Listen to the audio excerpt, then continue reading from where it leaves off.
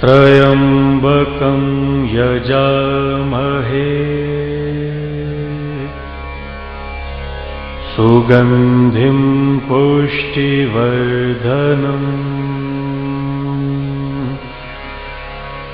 उर्वारुकमिव बन्धनान्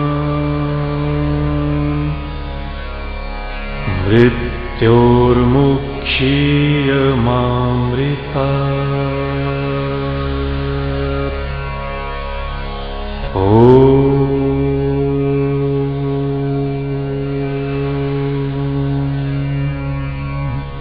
नमस्कार दर्शकों, भविष्य दर्शन के इस प्रोग्राम में आज आपका फिर से स्वागत है।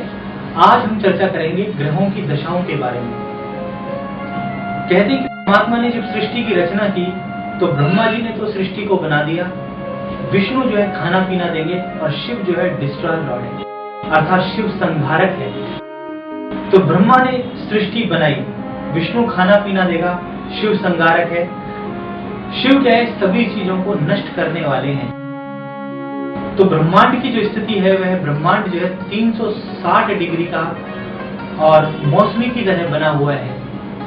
तो उस ब्रह्मांड के अंदर जो है हम लोग जो है 9 ग्रहों की स्थिति को मानते हैं और हर ग्रह जो है 30 अंश का होता है और 30 अंश का जो ग्रह है वो इस ब्रह्मांड में जो है विराजमान है। सबसे पहले हम रचना करते हैं सूर्य, उसके बाद चंद्र, मंगल, बुध, गुरु, शुक्र, शनि, राहु और केतु। ये क्या है कि 9 ग्रह जो है हमारे हर व्यक्ति के ऊपर जो है जीवन में इन ग्रहों का प्रभाव होता है। जब भी संसार के अंदर कोई भी जीव आत्मा इस संसार में उत्पन्न होता है तो उसके ऊपर जो है ग्रहों का प्रभाव उसी वक्त से जो है चालू हो जाता है। कहते हैं कि जिस वक्त बच्चे ने दुनिया के अंदर जन्म लिया उसके ऊपर जो ग्रहों की दृष्टि या रेस पड़ी उसी के अनुसार उसकी जिंदगी का जो फलित है परमात्मा ने लिख दिया। व्यक्ति जब सूक्ष्म द्वार से परमात्मा के घर से आता है तो परमात्मा से पूछता है कि हे प्रभु, आप उस सृष्टि के अंदर मुझे भेज तो रहे हो, परंतु मेरे जीवन में क्या होगा। भगवान कहता है कि जैसे तेरे कर्म हैं वैसे ही सुख और दुख तो इस संसार के अंदर जाकर भोगेगा। जो तेरे ग्रहों की स्थिति होगी उसी के अनुसार तेरा जीवन चलेगा। तो किसी व्यक्ति का अगर सूर्य उच्च का है तो हम कहेंगे कि व्यक्ति जो है राजा की तरह जीवन व्यतीत करेगा। परंतु कलयुग के अंदर पाप ग्रह का प्रभाव जो है शुभ होता जा रहा है और पुण्य ग्रह का प्रभाव कम होता जा रहा है। अगर सतयुग की कुंडलियां उठाकर देखें तो सब सतयुग की कुंडलियों के अंदर ग्रहों की उच्च स्थिति है, परंतु कलयुग की कुंडलियों के अंदर अगर हम देखें तो जिस व्यक्ति का पाप ग्रह बलवान है वही व्यक्ति इस संसार के अंदर राजा बना बैठा है। राजा बनने के लिए क्या सूर्य का उच्च का होना जरूरी है? मैंने कई ऐसे नेताओं, मंत्रियों की कुंडली देखी है जिनकी कुंडली के अंदर सूर्य उच्च का है, परंतु एक उच्च पद की प्राप्ति नहीं कर पाए। अगर पद भी प्राप्त हुआ तो कुछ ही सालों में जो है अपने पद से जो है नष्ट भ्रष्ट हो गए।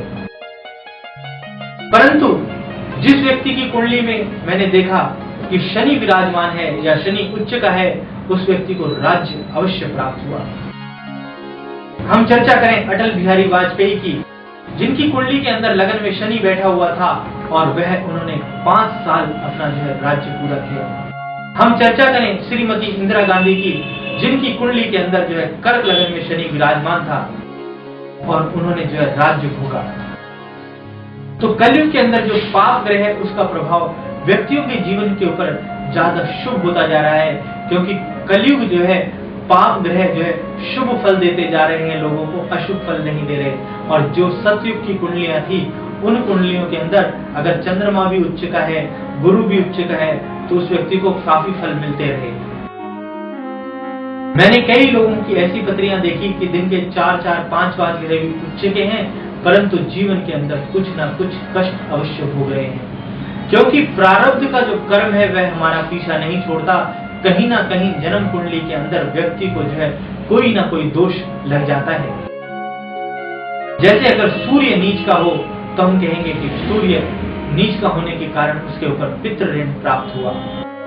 पितृ ऋण, मातृ ऋण, गुरु ऋण, इस प्रकार से व्यक्ति कोई ना कोई ऋण के अंदर अगर पैदा हो गया है तो उसका जीवन जो है उतना तेजी से नहीं चल पाएगा।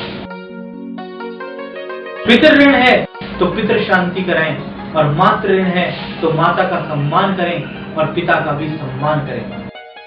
तो पिता जो है संसार के अंदर जो है सूर्य है और चंद्रमा जो है माता है और मन है।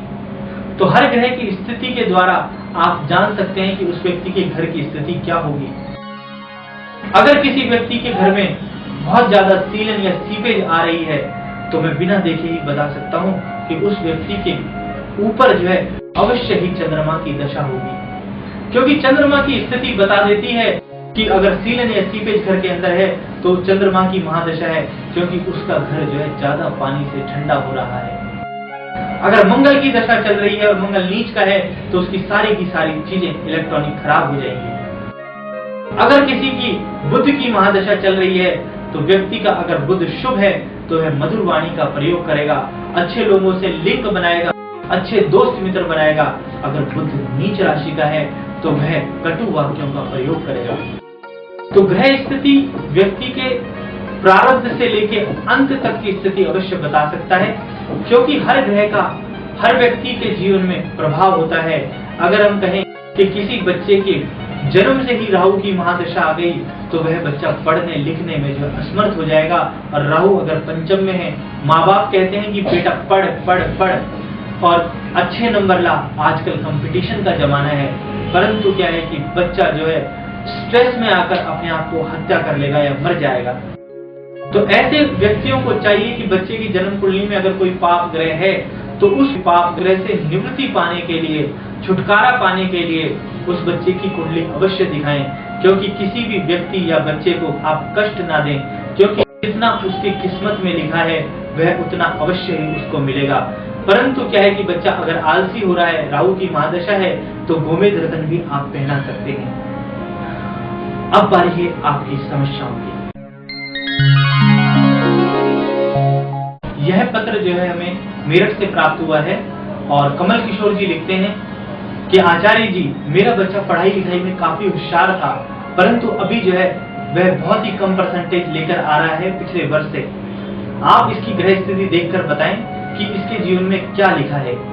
आपके बच्चे का जो जन्म हुआ है वह सिंह लगन में हुआ है और लगन में सूर्य है और धन स्थान में इसका बुध है और तीसरे में शुक्र और पंचम में राहु विराजमान है और छठे में गुरु बैठा हुआ है और सातवें स्थान में जन्म और कोई ग्रह नहीं है, आठवां भी खाली है, चंद्र मंगल योग नवम भाव में है और एकादश स्थान में शनि और केतु विराजमान है। बच्चे के ऊपर जब तक जो है चंद्रमा की और मंगल की दशा रही तब तक बच्चा पढ़ता रहा, परंतु अभी राहु की महादशा आ गई है, इस कारण से बच्चे को पढ़ाई में काफी परेशानी हो रही है। एक गोमेद इसको धारण कराएं और इसके बराबर का कोयला तोलकर बहते पानी में प्रवाहित कर दें और इसको जो है एक माणिक्य और एक पुखराज भी अवश्य धारण कराएं। आपका बच्चा अवश्य पढ़ेगा, ऐसा मेरा विश्वास है। आप करके देखिए।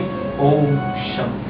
अगर आपके जीवन में कोई भी समस्या है या किसी बात से अधिक परेशान हैं, तो अपनी परेशानियों के हल के लिए आप आचार्य संजय शर्मा से संपर्क करें। आप अपनी जन्म कुंडली भी बनवा सकते हैं। इनका पता C24 कालका जी, नई दिल्ली 19। हमारे फोन नंबर्स 9910672630, 9958144222, लैंडलाइन नंबर 01126447282, 40536016। मिलने का समय सुबह 10 से शाम के 8 बजे तक। अगर आपका विवाह नहीं हो पा रहा तो आप आज ही रजिस्टर करें gungunmarriage.com।